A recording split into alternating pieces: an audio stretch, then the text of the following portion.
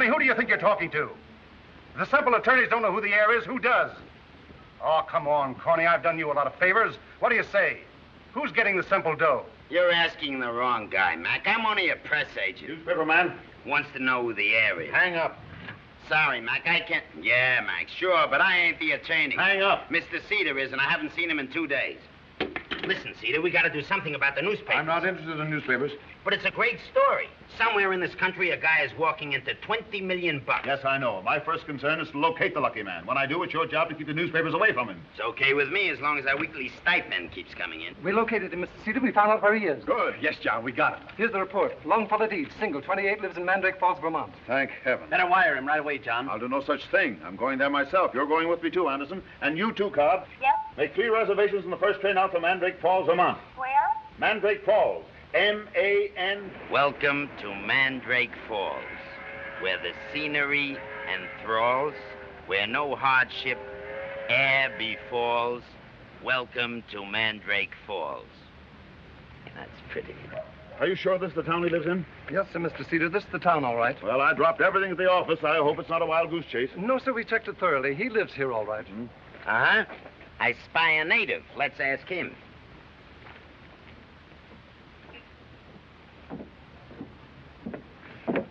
Good morning. Morning, neighbors. Morning. That's an excellent start. At least we've broken the ice. I say, my friend, do you know a fellow by the name of Longfellow Deeds? Deeds? Yes. Yes, sir. Yes, indeedy. Everyone knows Deeds. Yeah, Must be a game he's playing. we'd like to get in touch with him. It's very important. Who's that? Deeds, who do you think I'm talking about? Oh, yes, Deeds. Fine fellow, very democratic. You wouldn't have no trouble at all. Talks to anybody. I guess we better try somebody else. No, we won't. The next time that jumping jack comes out, I'll straddle him while you ask him your questions. Morning, neighbors. Remember us? We're the fellows who were here a minute ago. Oh, yeah. Yes, indeedy. I never forget a face. Listen, Pop. We've come all the way from New York to look up a fellow by the name of Deeds. It's important. It's very important. You don't have to get rough, neighbor. All you got to do is ask. Then please pretend for just one fleeting moment that I'm asking. Where does he reside? Who? Longfellow Deeds. Where does he live? Oh, that's what you want. Well, why didn't you say so in the first place instead of beating around the bush? Those other fellows don't know what they're talking about. Come on. I'll take you there in my car. If you'd only explain to me what they want, there wouldn't be no trouble.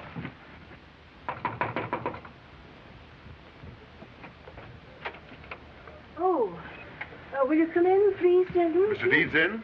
No, he's over to the park, arranging the bazaar so as to raise money for the fire engine. Mal, you should have known he was in the park. Know it all the time, but these men said they wanted to see the house.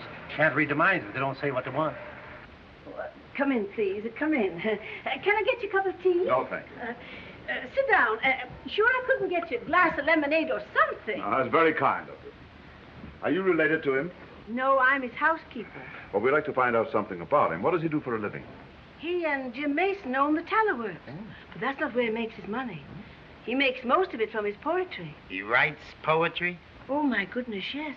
Longfellow's famous. He writes all those things on postcards. You know, for Christmas and Easter and birthdays. Sit down, please. Here's one. He got $25 for this one. When you've nowhere to turn and you're filled with doubt, don't stand in midstream hesitating, for you know that your mother's heart cries out, I'm waiting, my boy, I'm waiting. Isn't that beautiful? Isn't it a lovely sentiment? Yeah. Here he is now.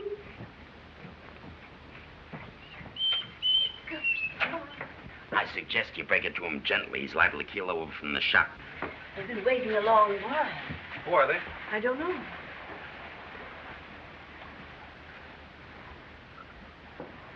Mr. Longfellow Deeds? Yes? How do you do? How do you do? I'm John Cedar, of the New York firm of Cedar, and Budington.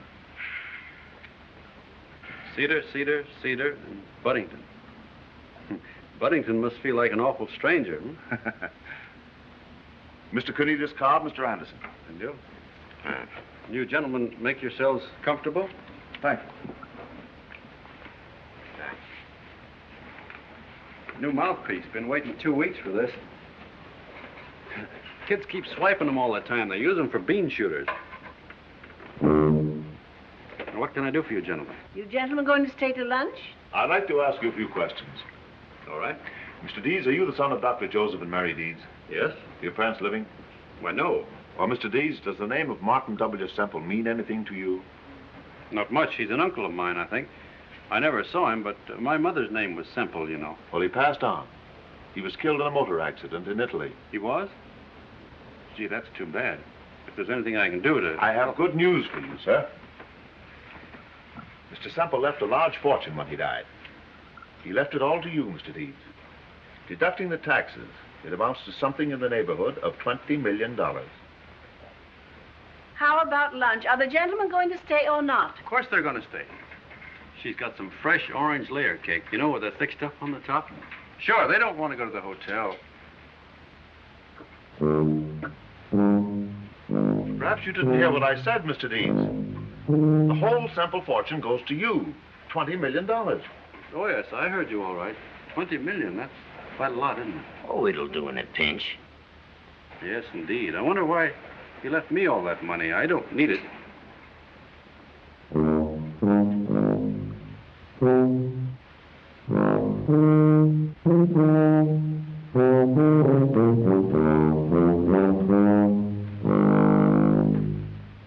Mr. Cobb here is an ex-newspaper man, associated with your uncle for many years, a sort of buffer. Buffer? Yeah, a glorified doormat. You see, rich people need someone to keep the crowds away. The world's full of pests. And then there's the newspapers to handle. One must know when to seek publicity and when to avoid it. Cedar, Cedar, Cedar, and Budington. It's funny, I can't think of a rhyme for Budington. Why should you? Well, whenever I run across a funny name, I like to poke around for a rhyme, don't you? No. I got one for Cobb. Yeah? There once was a man named Cobb who kept Semple away from the mob. Came the turn of the tide, and Semple, he died. Now, poor Cobb's out of a job. Sounds like a 2 weeks' notice to me. Huh? I've gotten the sackaroo in many ways, but never in rhyme. Oh, I don't mean that. I'm sure I'm going to need your help. Oh, that's different if it's just poetry. Are you a married man, Mr. Deeds? For me? No. No, he's too fussy for that. That's what's the matter with him. There's lots of nice girls right here in Mandrake Falls that are dying to be married. Don't pay any attention to her. He's got a lot of foolish notions about saving a lady in distress. Now, you keep out of this. Ah, saving a lady in distress, eh? Well, I suppose we all have dreams like that when we're young. Well, incidentally, we better get started. You'll have to pack. What for? You're going to New York with us. When? This afternoon, 4 o'clock. I don't think we got any suitcases. Well, we could borrow a couple from Mrs. Simpson. You know, she went to Niagara Falls last year. I'm kind of nervous. I've never been away from Mandrake Falls in my life. Kind of like to see Grant's tomb, though. Well, I can understand that. We'll take a walk around town, meet you at the train at 4 o'clock. Congratulations, Mr. Deeds. You're one of the richest men in the country. I'll see you later. Goodbye, thank you. See you later, kid. Good day, sir.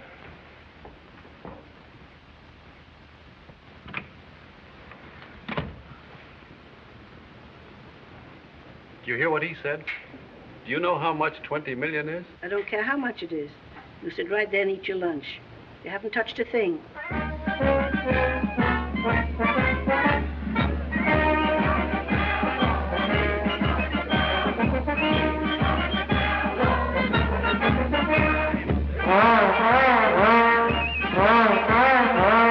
I can't find it. You can't? I've looked everywhere, even went to his house. It's locked up. Probably had a change of heart. He wasn't very anxious to come in the first place. Here comes the train.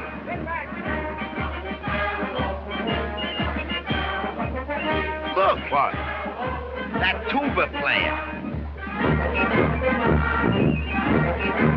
Well, now I've seen everything.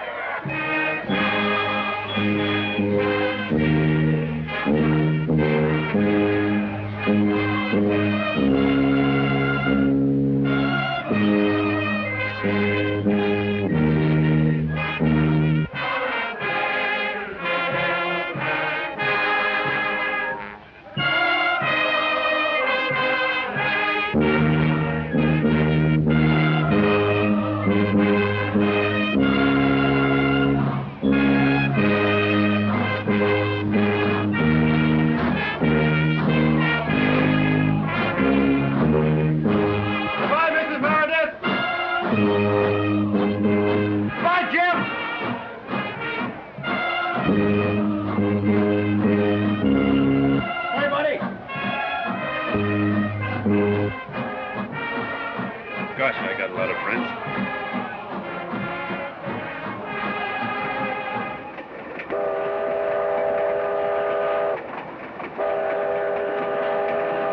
Have a drink?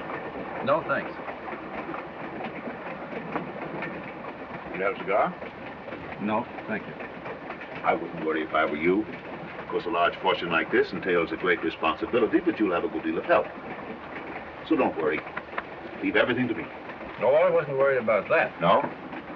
I was wondering where they're going to get another tuba player for the band.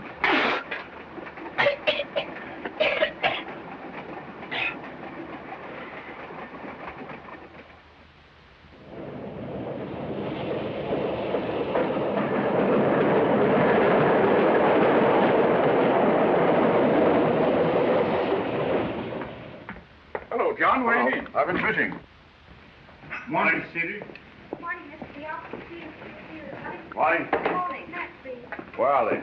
Waiting for you in the other Morning, Mr. Cedar. Morning. Morning, Mr. Cedar. Morning. Good morning. Morning. Hello, boys. Well, John. Well, what's he like? We've nothing to worry about. He's as naive as a child. John. Close that door. Will you get Mr. Cedar on the phone, please? Come on, John. What happened? You know, the smartest thing I ever did was to make that trip. John, did you get the No, power? Budington, I didn't get the power of attorney, but don't worry, I will. I asked him last night what he was going to do with the money. What do you suppose he said? I can't imagine. He said he guessed he'd give it away. Give it away. The boy must be a nitwit. Well, John, you had the right hunch. John, if you don't mind my saying so, we can't I know, afford- Budington, we can't afford to have the books investigated right now. You must have said that 1,000 times already. But what if they fall into somebody else's hands? Well, it hasn't happened yet, has it? But $500,000, my goodness, where would Will we you get stop that? worrying? It is I who got old man Semple to turn everything over to us, wasn't it? And who got the power of attorney from him? All right, and I'll get it again. I'll take it easy. Those books will never leave this office. Yokel. Nothing but a yokel. Your uncle must have been mad to leave all that money to him. You're as closely related to him as he is, and what did you get? I say, what did you get? Stop yelling. Can I help it if my uncle didn't like me? I told you to be nice to him. 10 years we've been waiting for that old man to kick off. And then we were going to be on Easy Street. Yeah, on Easy Street. Shut up. It's too late now, and you're a nuisance. That's just what I'm going to be, a nuisance. I'm going to be a nuisance until I get a hold of some of that money. He's news. Every time he blows his nose, it's news. A corn-fed bohunk like that falling into the Semple fortune is hot copy. But it's got to be personal. It's got to have an angle. What does he think about? How does it feel to be a millionaire? Is he going to get married? What does he think of New York? Is he smart? Is he dumb? A million angles. He's been here 3 days, and what have you numbskulls brought in? Any half-wit novice could have done better. We tried to find Am I talking too loud or annoying anybody? You know Corny, Cobb. He's keeping them under lock and key. Cobb. Never mind about Cobb. Use what little brains you've got. Find out something for yourselves, you imbecilic stoops. Now get out of here before I really tell you what I think of you. Come on, get out.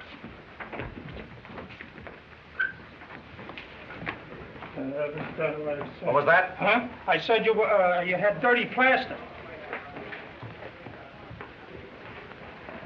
You too. Thought I could depend on you, but you're getting as bad as the rest of them.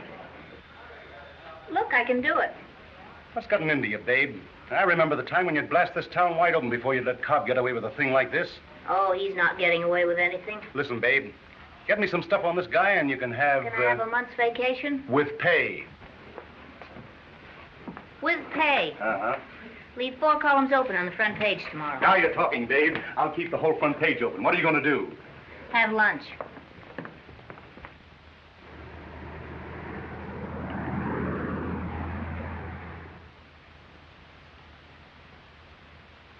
First time I ever had a suit made on purpose.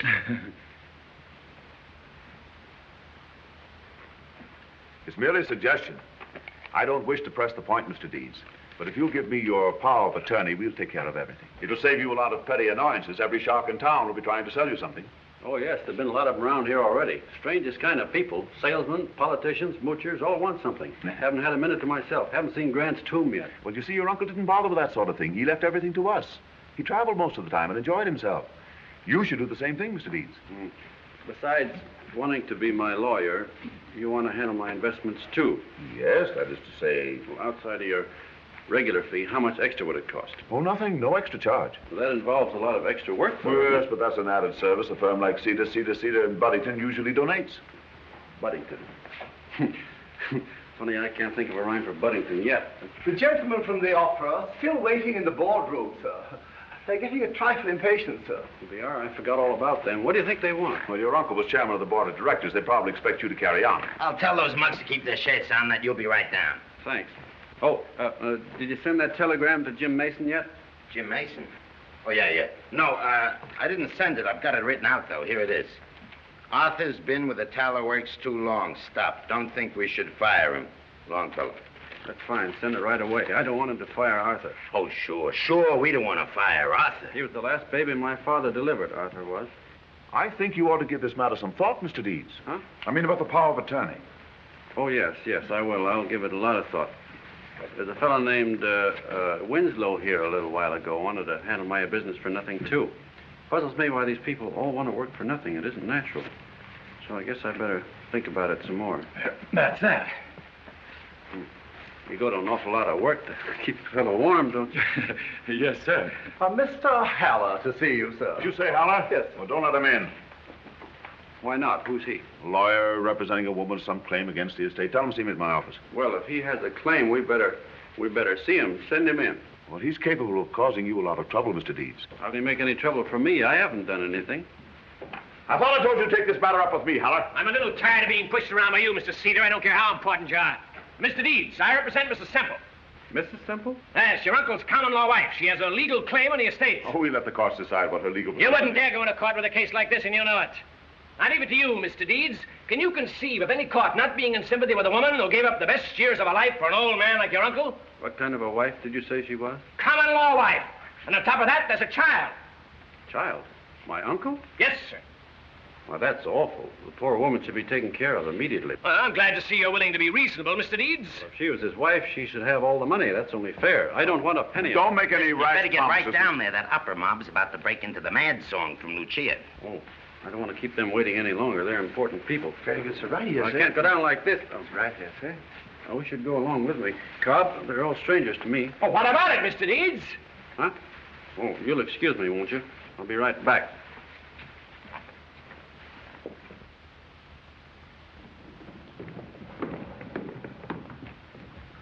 Gee, I'm busy. Do the opera people always come here for their meetings? Uh-huh. That's funny. Why's that? Why do mice go where there's cheese?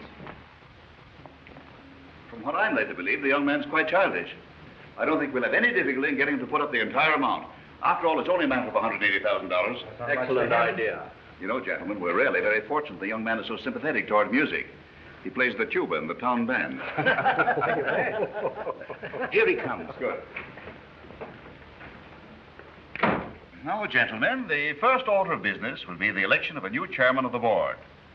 As a sentimental gesture toward the best friend that opera ever had, the late Mr. Semple, I think it only fitting that his nephew, Mr. Longfellow Deeds, should be made our next chairman. I therefore nominate him. Second. All those in favor? Aye. Carried. Congratulations, Mr. Deeds. I'm chairman? Why, yes, of course. You've just been elected. I'm chairman. Happy voyage. Right here, Mr. Deeds. Now, the next order of business is the reading of the secretary's minutes. Move we dispense with it. Second. All in favor? Aye. I think they can be dispensed with. We're ready now for the reading of the treasurer's report. Move we dispense with it. Second. All in favor? Aye. Quite right. Now, gentlemen, the next order of business will be Just a minute. What does the chairman do? Why, the chairman presides at the meeting. Well, that's what I thought. But if you don't mind, I'm rather interested in the treasurer's report. I'd like to hear it.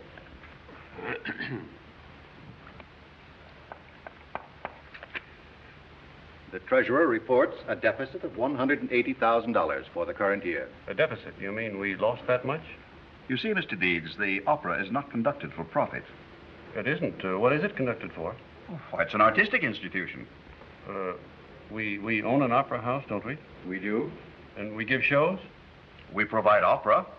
But you charge. I mean, you sell tickets. Of course. And it doesn't pay? Well, that's impossible. The opera has never paid.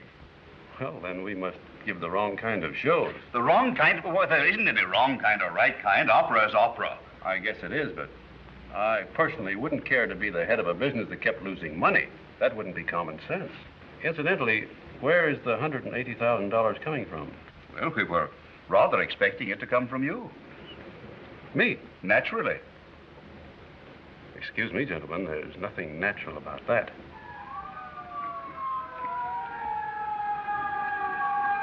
Hey, fire engine!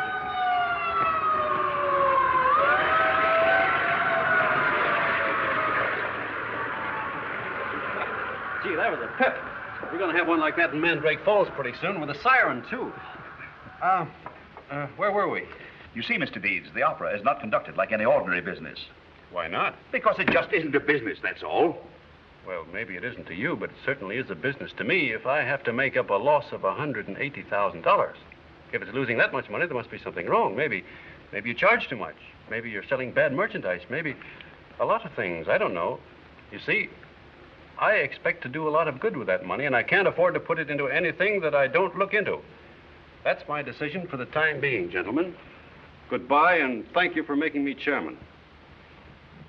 Gentlemen, you'll find the smelling salts in the medicine chest.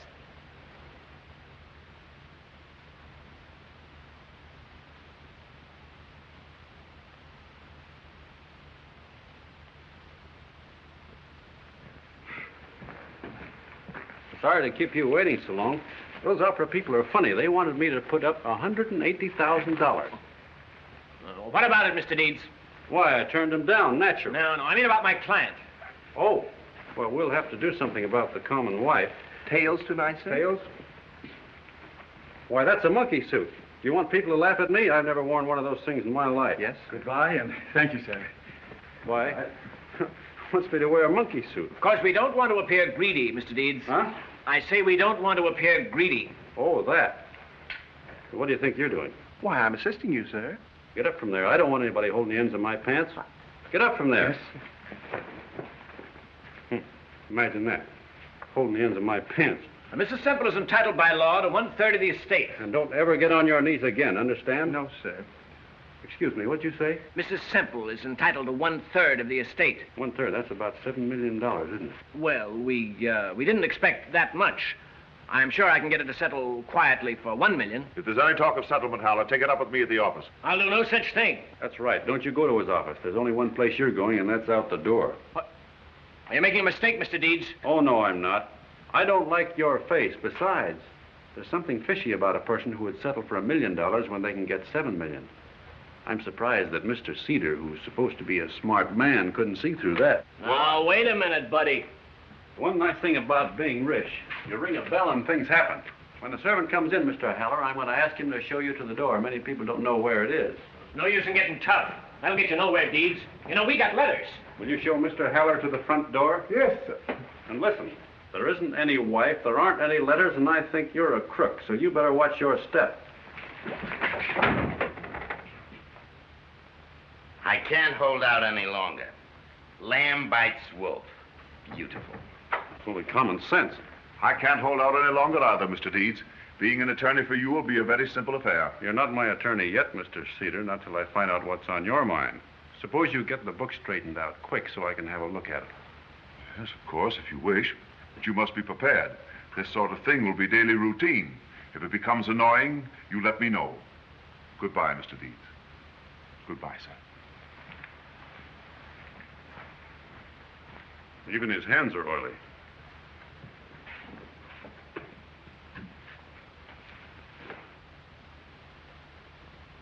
Well, how about tonight? What would you like in the way of entertainment? Entertainment? Your uncle had a weakness for dark ones, tall and stately. How would you like yours? Dark or fair, tall or short, fat or thin, tough or tender? What are you talking about? Women. Ever heard of them? Oh. Name your poison and I'll supply it. Well, some other time, Cobb. Some other time. Okay, you're the boss. When your blood begins to boil, yell out. I'll be seeing you. He talks about women as if they were cattle. Every man to his taste, sir. Tell me, Walter, are all these stories I hear about my uncle true? Well, sir, he sometimes had as many as 20 in the house at the same time, sir. 20? What'd they do with them? That is something I was never able to find out, sir.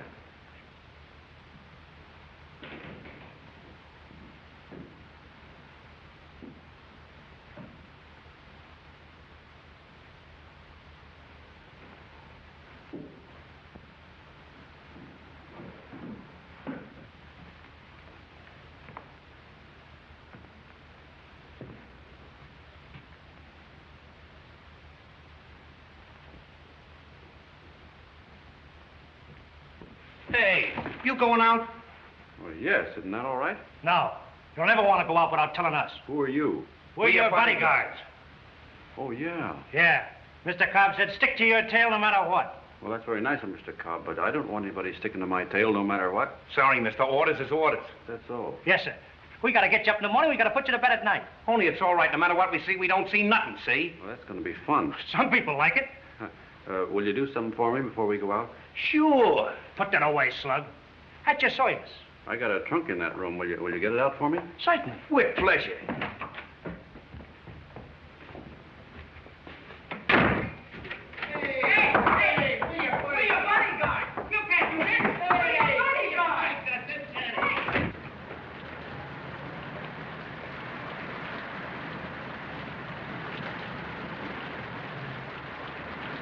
There he is. Yep, that's him. That's who? Get your cameras ready and follow me. What are you going to do?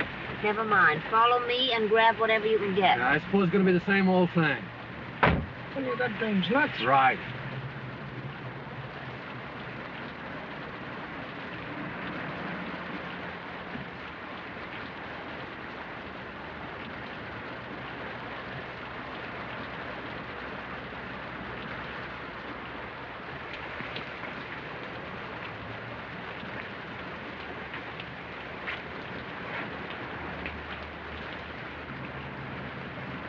You fainted. Oh, did I? I'm sorry. Can I help you? Oh, no, thank you. I'll be all right. Look, this is my house. I'd like to... Oh, no, really. I'll be all right. What happened? Well, I guess I've walked too much. I've been looking for a job all day. I found one, too. I'll start tomorrow. You've been awfully kind.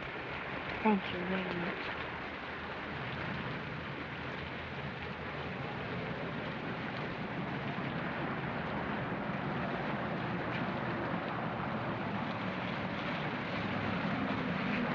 Hey, taxi! Hey, Stu, what did that cab they just got into, will you? Hurry up, step on it. Come on. Hurry up.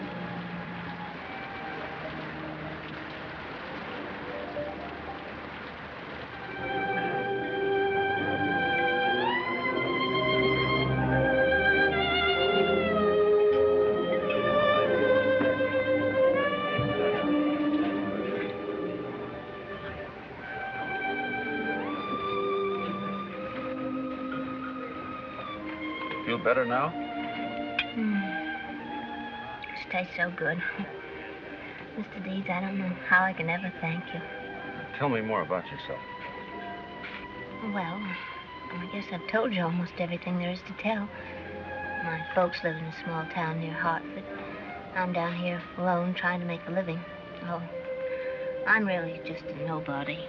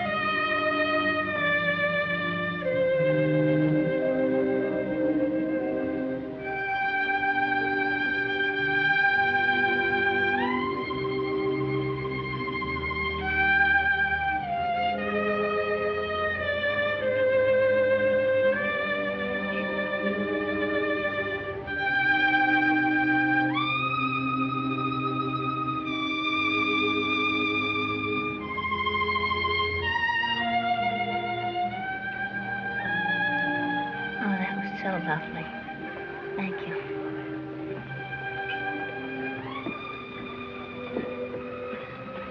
You were a lady in distress, weren't you? What? Well, nothing. Waiter. Has anybody come in yet? Huh? Oh, no. Nobody important. You be sure and point them out to me, won't you? Mm-hmm. I'm a writer myself, you know. I write poetry. Mm-hmm. Well, You've been having quite an exciting time here, haven't you? With all these meetings and business deals and society people. Haven't you been having fun? No. That is, I didn't. Not till I met you. I like talking to you, though. Imagine my finding you right on my doorstep. Brookfield just come in. Who? The poet? Where? Over at that big round table, the one that looks like a poodle. Are you doing anything? Look, there's Brookfield, the poet. Oh, really? No. Pardon. Longfellow Deeds just inherited the simple fortune, wants to meet you. Oh, yes, I read about him. He writes poetry on postcards. Well, let's invite him over. Might get a couple of laughs. It's getting rather dull around here. It's always dull here. I'll get him. Good. Mr. Hannaberry, Mr. Morrow, Bill. This is Mr. Deeds and his fiancée from Mandrake Falls. How do you do, Mr. Deeds? Nice of you to ask us to come and sit with you. Back home, we never get a chance to meet famous people. Waiter, a little service here. Yes, a little drink for Mr. Deeds. Poet, have a drink. No, I don't want to thank Oh, you must drink. All poets drink. Now, Mr. Deeds, how do you go about writing your poems? We craftsmen are very interested in one another's methods. Yes, do you have to wait for an inspiration, or do you just dash it off? Well, I don't... Morrow over there, for instance, just dashes them off. Yeah. That's what my publishers have been complaining about. Well, your readers don't complain, Mr. Morrow. Oh, thanks. How about you, Mr. Deeds? Well, I write mine on order. The people I work for just tell me what they want, and then I go to work and write it. Amazing, as usual. Why, that's true genius. Yes, have you any peculiar characteristics when you're creating? Well, I play the tuba. Well, I've been playing a harmonica for 40 years. Didn't do me a bit of good. You wouldn't have one in your pocket, would you, Mr. Deeds? What, a tuba? No, a postcard with one of your poems on it. Oh, no. You mean to tell me you don't carry a pocket full around with you? Oh, too bad. I was hoping you'd autograph one for me. I was, too. Yes, I'd like Now, wait a minute, boys. Perhaps Mr. Deeds would recite one for us. Yeah, that's a very good idea. Nothing like a poet reciting his own stuff. How about a Mother's Day poem, Mr. Deeds? Exactly. Give us one that rings the great American heart. Yes, that's what we want to hear. I guess I get the idea. I guess I know why I was invited here, just to make fun of me. Don't be ridiculous. Look, he's temperamental. Yeah? What if I am? What about it? It's easy to make fun of somebody if you don't care how much you hurt them. I think your poems are swell, Mr. Brookfield, but I'm disappointed in you. I know I must look funny to you, but maybe if you went to Mandrake Falls, you'd look just as funny to us, only nobody'd laugh at you and make you feel ridiculous, because that wouldn't be good manners. I guess maybe it is comical to write poems for postcards, but a lot of people think they're good. Anyway, it's the best I can do. So if you excuse me, we'll be leaving. I guess I found out that all famous people aren't big people. It's burning up. There's just one thing more. If it weren't for Miss Dawson being here with me, I'd probably bump your heads together. Oh, I don't mind. Well, then I guess maybe I will.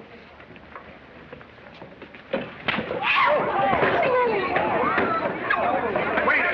Bennett! Eureka! Stop. Go away. Step aside. Say, fella, you neglected me, and I feel very put out. Look, sock it right there, will you? Lay one right in the butt. Sock it hard. That's all right. I've got it off my chest. Oh, listen. The difference between them and me is that I know when I've been a skunk. You take me to the nearest newsstand, and I'll eat a pack of your postcards raw. Yeah, oh, what a magnificent deflation of smugness. Pal, you've added 10 years to my life. A poet with a straight left and a right hook. Delicious. You're my guest from now on, forever and a day, even unto eternity. Well, thanks, but Miss Dawson and I are going out to see the sights. Fine, swell. You've just shown me a sight lovely to behold, and I'd like to reciprocate. Listen, you hop aboard my magic carpet, thanks, and I'll show you sights that you've never seen before. Well, I'd kind of like to see Grant's tomb and the Statue of Liberty. Well, you'll not only see those, but before the evening's half through, you'll be leaning against the Leaning Tower of Pisa. You'll mount Mount Everest. I'll show you the pyramids and all the little pyramids leaping from sphinx to sphinx. Pal, look, how would you like to go on a real old-fashioned binge? Binge? Yeah, I mean the real McCoy. Listen, you play saloon with me, and I'll introduce you to every wit, every nitwit, and every half-wit in New York. We'll go on a twister that'll make Omar, the South philosopher of Persia, look like an anemic on a goat's milk diet. Well, I guess that ought to be fun, huh? Fun? Say, listen, I'll take you on a bender that will live in your memory as a thing of beauty and a joy forever. Boy, my headpiece. Oh, tempera. Oh, mores. Oh, Bacchus. Oh, you're drunk. Oh, you're right. I guess if we go with him, we'll see things, huh? Yeah, I guess we will.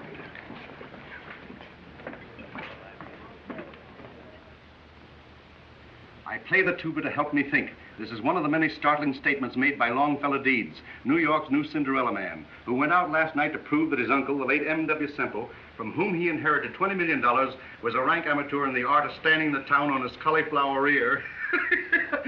Cinderella man. That's sensational, babe, sensational. Took some high-powered acting, believe me. Did it? I was the world's sweetest ingenue. Is he really that big a sap? He's the original. There are no carbon copies of that one. Cinderella man. Babe, you've stuck a tag on that hick that'll stick to him the rest of his life. Can you imagine Cobb's face when he reads this? If we could sell tickets, we'd make a fortune. How'd you get the picture? Had the boys follow us. Marvelous. At 2 o'clock this morning, Mr. Deeds tied up traffic while he fed a bag full of donuts to a horse. When asked why he was doing it, he replied, "I just wanted to see how many donuts this horse would eat before he asked for a cup of coffee." Beautiful. What happened after that? I don't know. I had to duck to get the story out. He was so far gone, he never even missed me. When are you going to see him again? Tonight, maybe. I'll phone him at noon. Oh, my lunch hour. I'm a stenographer, you know. Mary Dawson. You're a genius, babe, a genius. I even moved into Mabel Dawson's apartment in case old Snoopy Cobb might start looking around. Good. Good. Stay there. Don't show your face down here. I'll tell everybody you're on your vacation. They'll never know where the stories are coming from. Stick close to him, babe. You can get an exclusive story out of him every day for a month. We'll have the other papers crazy. Babe, I could kiss you. Oh, no. Our deal was for a month's vacation. Sure. With pay. You'll get it, babe. You'll get it. Mr. Deeds? Mr. Deeds, sir. You really must get up. It's late. You're Walter, aren't you? Yes, sir. Just wanted to make sure. If you permit me to say so, sir, you were out on quite a bender last night, sir. Bender? You're wrong, Walter. We started out to a binge, but we never got to it. Yes, sir. Oh, what's that? A prairie oyster, sir. Prairie oyster? Yes, sir. It makes the head feel smaller.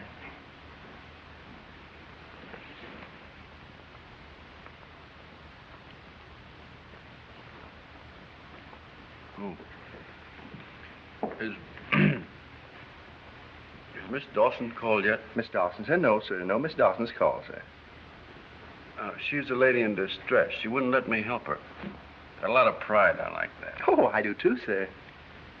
I'd better call her up and apologize. I don't remember taking her home last night. I'd venture to say, sir, you don't remember much of anything that happened last night, sir. What do you mean? I remember everything. Hand me my pants. I wrote her phone number on a piece of paper. You have no pants, sir. You came home last night without them. I did what? As a matter of fact, you came home without any clothes. You were in your shorts. Yes, sir. Oh. Don't be silly, Walter. I couldn't walk around on the streets without any clothes. I'd be arrested. That's what the two policemen said, sir. What two policemen? The ones who brought you home, sir. They said you and another gentleman kept walking up and down the street shouting, "Back to nature. Clothes are a blight on civilization. Back to nature." Listen, Walter.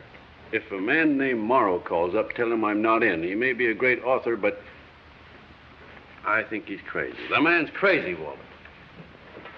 Yes, sir. Oh, by the way, did you...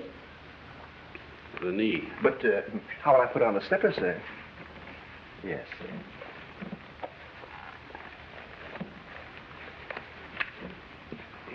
I beg pardon, sir, but did you ever find what you were looking for, sir? Looking for? You kept searching me last night, sir, going through all my pockets. You said you were looking for a rhyme for Budington. Better bring me some coffee, Walter. Very good, sir. Oh, I beg pardon. A telegram came for you, sir. I'll get you some black coffee, sir.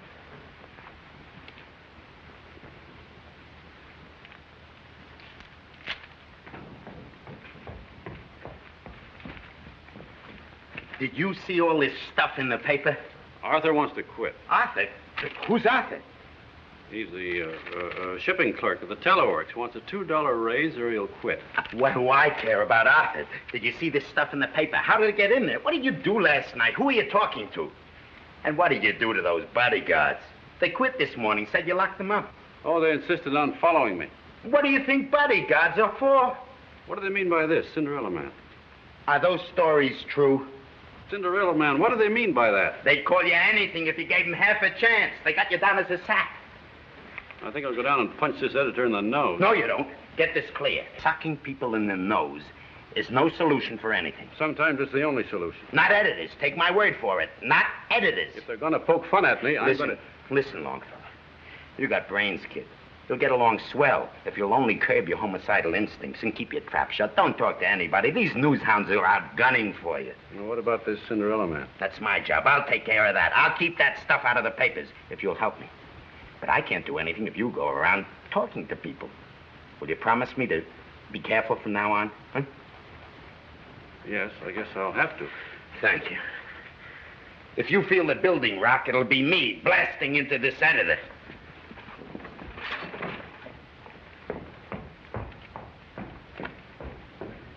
Cobb's right. I mustn't talk to anybody. Miss Dawson on the phone, sir. Who, Miss Dawson? Yes, sir. Fine, I'll talk to her. Give me the phone quick. She's the only one I'm going to talk to from now on.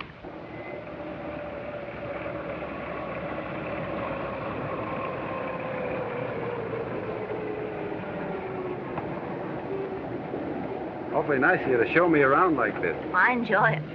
The aquarium was swell. If I lived in New York, I'd go there every day. I bet you do. Well, I'd like to, but I have a job to think of. Hey, Flappers, you better keep following that bus. Keep your shirt on. Well, it looks as though we're going to get no pictures tonight. They've ought to get him drunk again. Got any news? I mean, has anything exciting been happening lately? Sure. I met you. What's happening about the opera?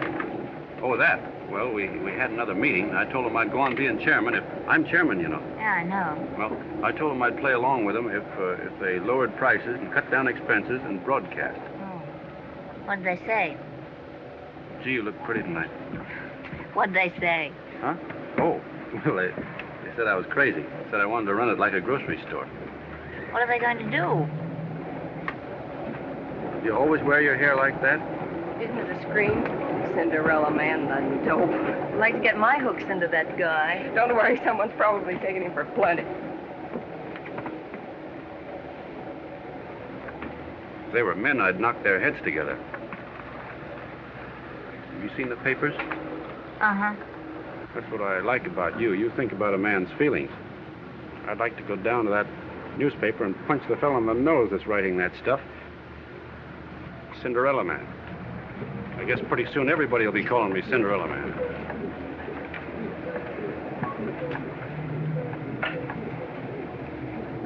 Would you like to walk the rest of the way? It's so nice out. Yes. Yeah, let's.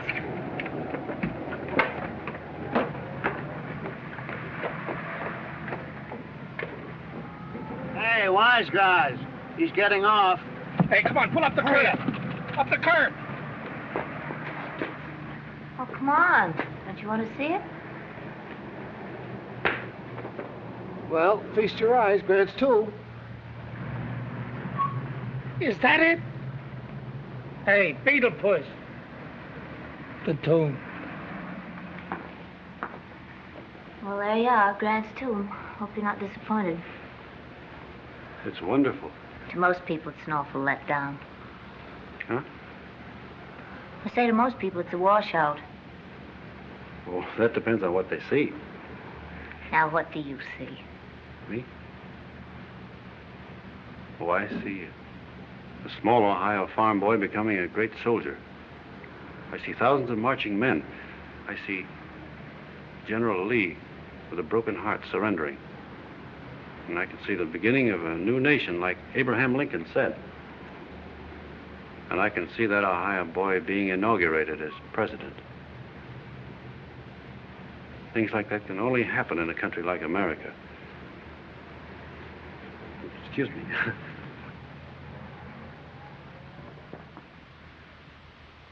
Sorry, Mr. Halper. Mr. Cedar won't answer his phone. Sorry. Say, what's going on in the boss's office?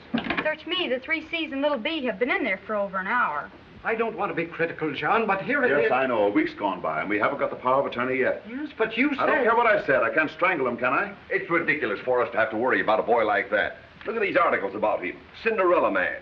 Why, he's carrying on like an idiot. Exactly what I was saying to my wife. Who cares what you were saying to your wife? Yeah? Mr. and Mrs. Semple still waiting. Well, I can't help it. Let him wait. Those people have been in to see me every day this week. Who are they? They're relatives of old man Semple. They keep insisting they should have some nuisance value. Nuisance value? They say if it hadn't been for Deeds, they'd have gotten all the money. Nuisance value? Maybe they have. Maybe they have. Maybe they have. Mr. and Mrs. Semple, please. How do you do? We've been trying to I'm so see you. sorry to have kept you waiting. How are you, sir? I don't know what my secretary could have been thinking of to keep you waiting as long. Would you bring the chairs, quickly? Will you have a cigar, Mr. Semple? Thanks. There's Times Square. You can almost spit on it, can't you? Why don't you try? It's breezy up here. You're worried about those articles they're writing about you, aren't you? No, I'm not worrying anymore. I suppose they'll go on writing them till they get tired. You don't believe all that stuff, do you? Oh, they just do it to sell the newspapers, you know. Yeah, I guess so. What puzzles me is why people seem to get so much pleasure out of hurting each other. Why don't they try liking each other once in a while?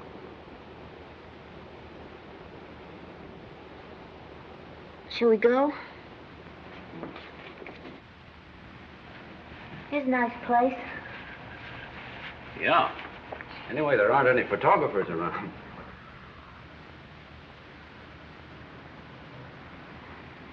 You know, you said something to me when you first met me I've thought about a great deal. What's that? You said I was a lady in distress. Oh, that. What did you mean by that? Nothing. Have you got a... Are you engaged or anything? No. Are you? No. You don't go out with girls very much, do you? I haven't. Why not? Oh, I don't know. You must have met a lot of swell society girls since you've been here. Don't you like them? Well, I haven't met anybody here that I like particularly. They all seem to have the St. Vitus dance, except you, of course. People here are funny. They work so hard at living, they forget how to live. Last night, after I left you, I was walking along and looking at the tall buildings. And I got to thinking about what Thoreau said. They created a lot of grand palaces here, but they forgot to create the noblemen to put in them. I'd rather have Mandrake Falls. I'm from a small town, too, you know. Really? Probably as small as Mandrake Falls. Gosh, what do you know about that? Oh, it's a beautiful little town, too. Row of poplar trees right along Main Street. Always smells as if it just had a bath. I've often thought about going back. You have? Oh, yes. I used to have a lot of fun there when I was a little girl. I used to love to go fishing with my father. You know, that's funny. He was a lot like you, my father was. He talked like you, too. Sometimes he let me hold the line while he smoked, and we'd just sit there for hours. And after a while, for no reason, I'd go over and kiss him and sit in his lap. He never said very much, but once I remember him saying, "No matter what happens, honey, don't complain." He sounds like a person well worth knowing. He played in the down band, too. He did? I play the tuba. Yeah, I know. Oh, well, what did he play? The drums. He taught me to play some. He did? Mm-hmm. I can do Swanee River. Would you like to hear me? Sure.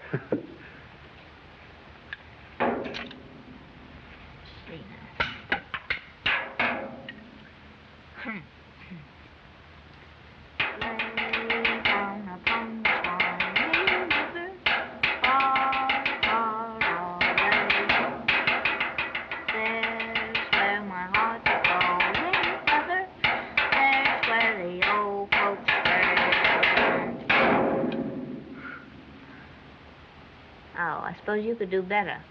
Sure. I can sing humoresque. Humoresque. I bet you don't even know how it goes. Sure, look. You sing it over again, and I'll do humoresque with it. You better be good. I wonder if they want to make it a quartet. Ready? Yeah.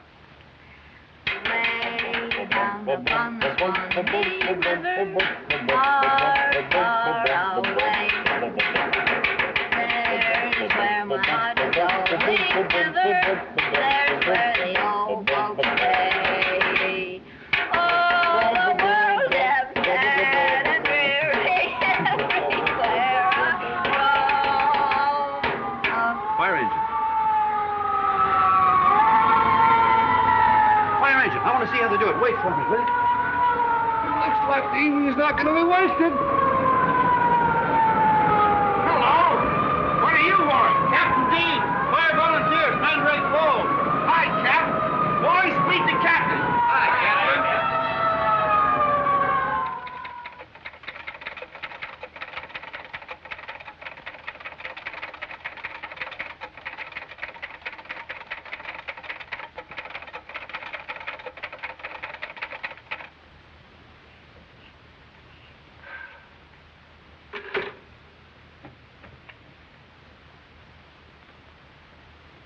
What's the matter, hon? Nothing. What's up, babe? Something's eating you. No, it's nothing. My unfailing instinct tells me something's gone wrong with the stew. Don't be ridiculous. You haven't gotten very far, have you? That's where you were an hour ago. Come on, let's knock off and go down to Joe's. The gang's waiting for us. I can't ride it, Mabel. I don't know what's the matter with me. Uh-uh.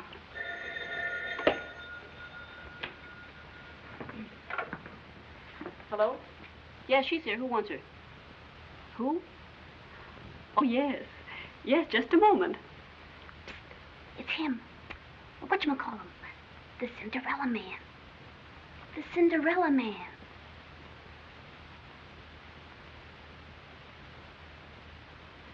Hello. Couldn't sleep. Kind of wanted to talk to you. Do you mind? No, not at all. I couldn't sleep either. I wanted to thank you again for going out with me. Huh?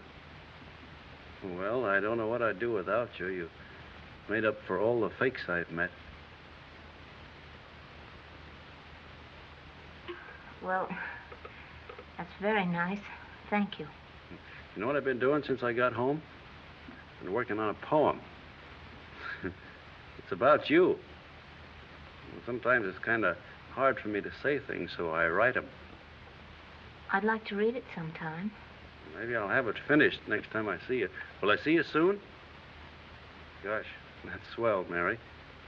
Good night. Good night.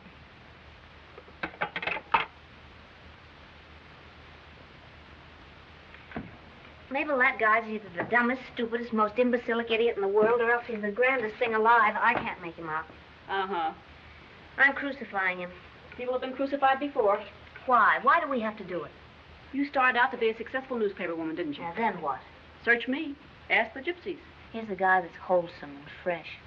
To us, he looks like a freak. Do you know what he told me tonight? He said when he gets married, he wants to carry his bride over the threshold in his arms. The guy's balmy. Is he? Yeah, I thought so, too. I tried to laugh, but I couldn't. It stuck in my throat. Ah, cut it out, will you? You'll get me thinking about Charlie again. He's got goodness, Mabel. Do you know what that is? Huh? No, of course you don't. We've forgotten. We're too busy being smart, Alex. Too busy in a crazy competition for nothing.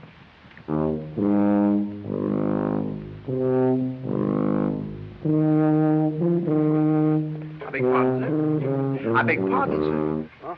Madame Pomponi is on the telephone, sir. Who? Madame Pomponi. She says that everything is all set for the reception. What do you mean by coming in here when I'm playing? But she's on the telephone, sir. Get out. The evil finger's on you. The finger, sir? Get out! Yes, sir.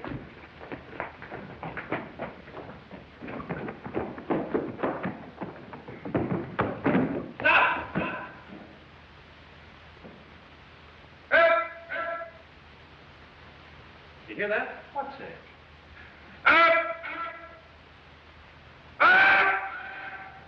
Why, that's an echo, sir.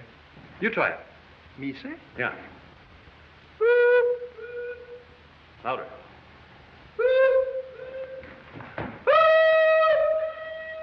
You try it. Me, sir.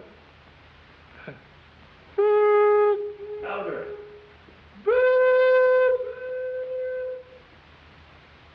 You try it. All together. Again.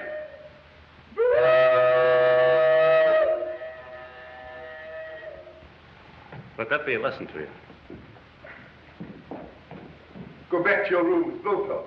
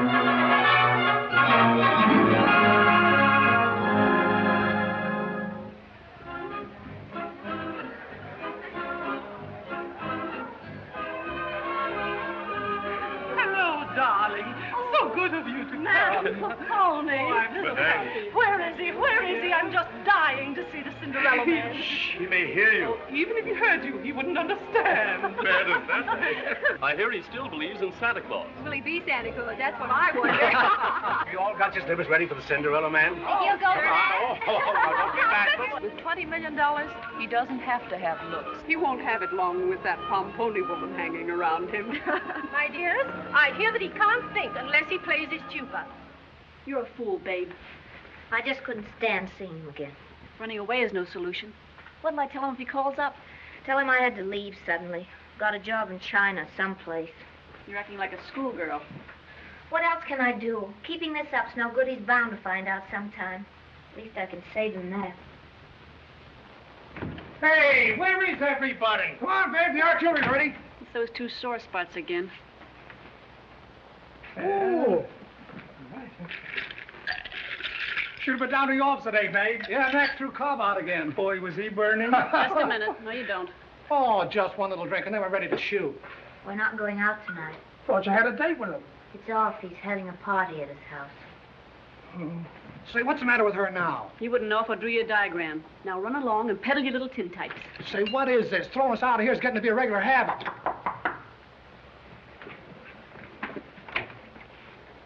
Is Mary Dawson here? I'm Longfellow Deeds. Oh, yes, of course. Longfellow Deeds.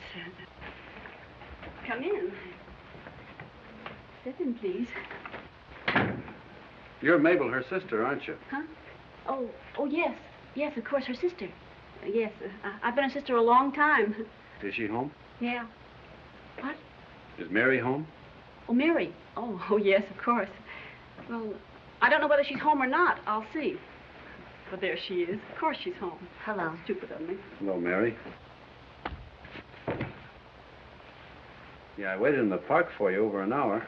I thought maybe you'd forgotten. I didn't think you could come with a party and everything. Oh, I wouldn't let them stop me from seeing you, so I threw them out. You threw them out? You mean by the neck or something? Sure, they got on my nerves, so I threw them out. I guess that'll be in the papers tomorrow. It'll give them something else to laugh at. I don't mind, though. I had a lot of fun doing it. Would you like to go for a walk? Yeah, if it isn't too late. I'll get my hat.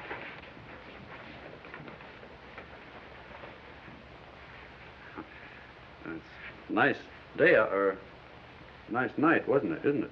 Yes, lovely. We've had a lot of nice weather lately. Yeah, it'd be a nice night to go for a walk, don't you think? Oh, yeah, I think it'd be a swell night to go for a walk. A nice long one. Ready? Gosh. She looks better every time I see her. Thank you. Good night. Don't worry, I won't keep her out late. Thank you so much. Good night. Oh, my foot to sleep. No, you Wait don't. a minute. You don't. Just a Wait, come up to make the picture. The Wait, party's no, listen, over. she took this. No more photographs.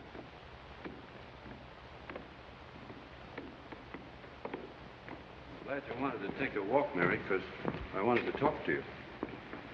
Let's just walk, hmm? All right.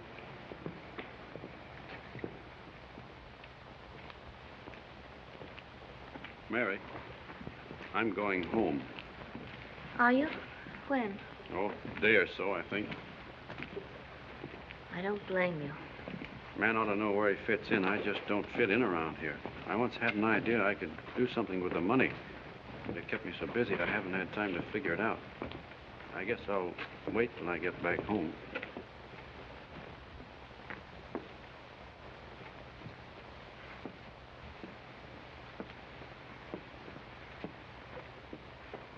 Do you mind if I talk to you, Mary? You don't have to pay any attention to me. No, I don't mind. All my life, I've wanted somebody to talk to. Back in Mandrake Falls, I used to always talk to a girl. A girl? Well, an imaginary one. I used to hike a lot through the woods, and I'd always take this girl with me so I could talk to her. I'd show her my pet trees and things. Sounds kind of silly, but we had a lot of fun doing it. She was beautiful. I haven't married because I've been kind of weighty. You know, my mother and father were a great couple. And I thought I might have the same kind of luck. I've always hoped that someday that imaginary girl would turn out to be real.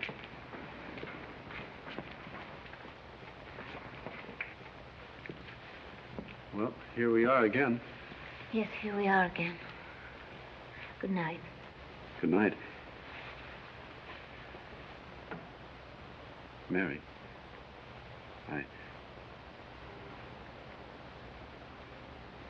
Excuse me. Goodbye, darling. Don't let anybody hurt you again, ever. They can't anyway. You're much too real. You go back to Mandrake Falls. It's where you belong. Goodbye. Mary. You know the poem I told you about? It's finished. Would you like to read it? It's to you. Yes, of course.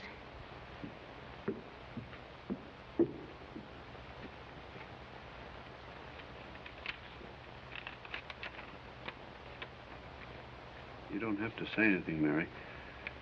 You can tell me tomorrow what you think. I tramp the earth with hopeless beat, searching in vain for a glimpse of you. Then heaven thrust you at my very feet, a lovely angel, too lovely to woo. My dream has been answered, but my life's just as bleak.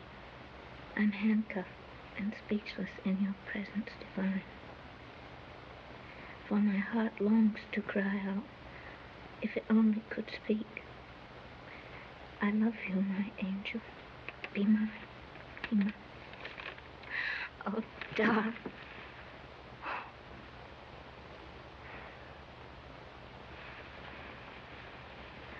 You don't have to say anything now. I'll wait till tomorrow till I hear from you.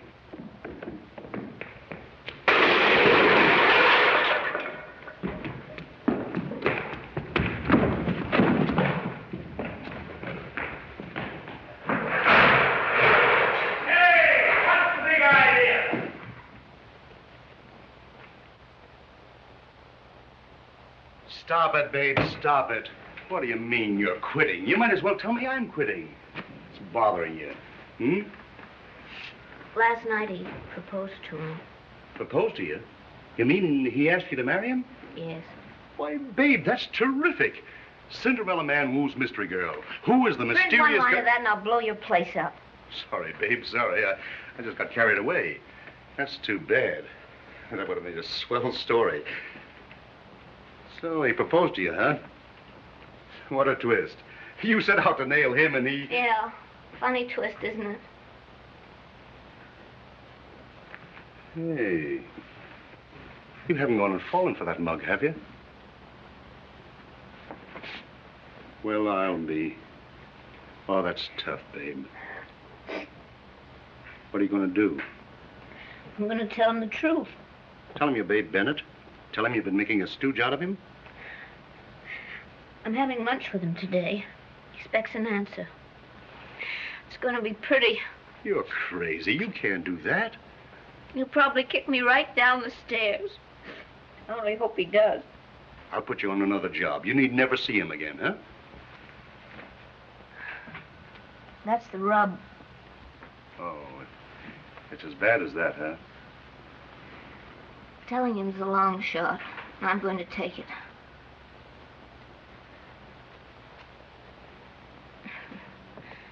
Well, it was fun while it lasted, Mac. I'll clean out my desk.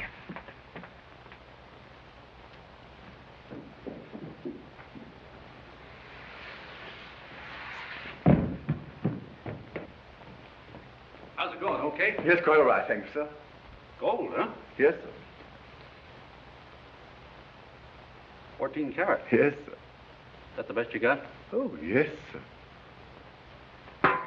Those flowers are too high. Yes, sir. Won't be able to see her. Get a smaller bowl, will you? Yeah, a smaller bowl of flowers, yes. Yes, sir. Smaller bowl of flowers. Get that stuff I was telling you about? Stuff, sir? Yeah, that goo. That stuff that tastes like soap. Oh, yes, sir. Here it is, sir. The pâté de foie gras, sir. Yeah. That's fine. Have a lot of it because she likes it. Yes. Now you got the idea. It's fine. Sit over there, will you? Me, sir? Yeah.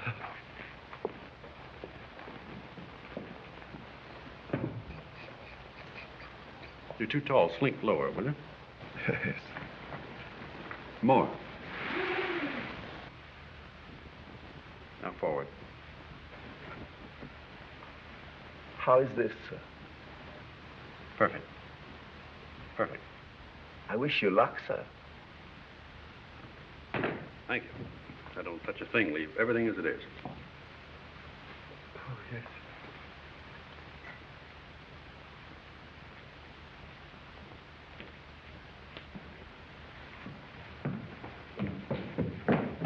Waller! Waller! Waller! Where are you? Yes, what is, sir? Anything happened? Anything happened, I got to get dressed. I can't meet her like this. But she isn't due for an hour, sir. An hour? What's an hour? You know how time flies, Walter. My tie, will Yes, you? sir. Very good, sir. Yes, sir. Way down upon the Swanee River. Just as I suspected, wise guy. I don't mind you making a sap out of yourself, but you made one out of me, too. Will you tell the gentleman I'm not in? Mary Dawson. Mary Dawson, my eye. That dame took you for a sleigh ride that New York will laugh about for years. She's the slickest, two-timing, double-crossing... What are you talking about? All right, go ahead, sock away, and then try to laugh this off.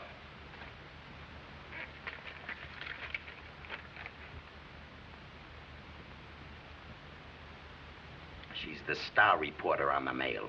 Every time you opened your kisser, you gave her another story. She's the dame who slapped that moniker on you, Cinderella Man. You've been making love to a double dose of cyanide. Shut up.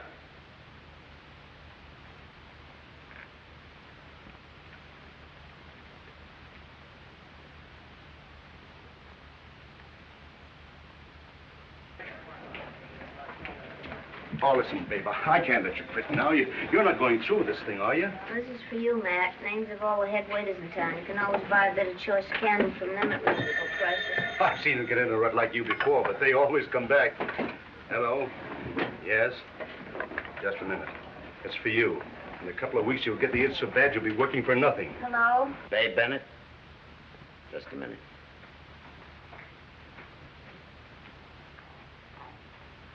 Hello, Mary. Oh, hello, darling. Is it you who's been writing those articles about me? Why, I was just leaving. I'll be up there in a minute. Look, yes, I did, but I was just coming up to explain. Oh, listen, darling, wait a minute, please. Listen.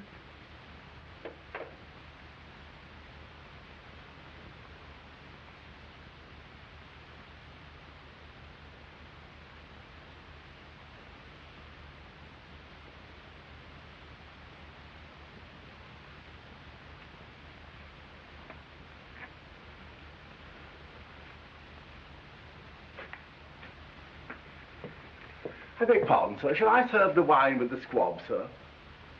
I beg pardon, sir.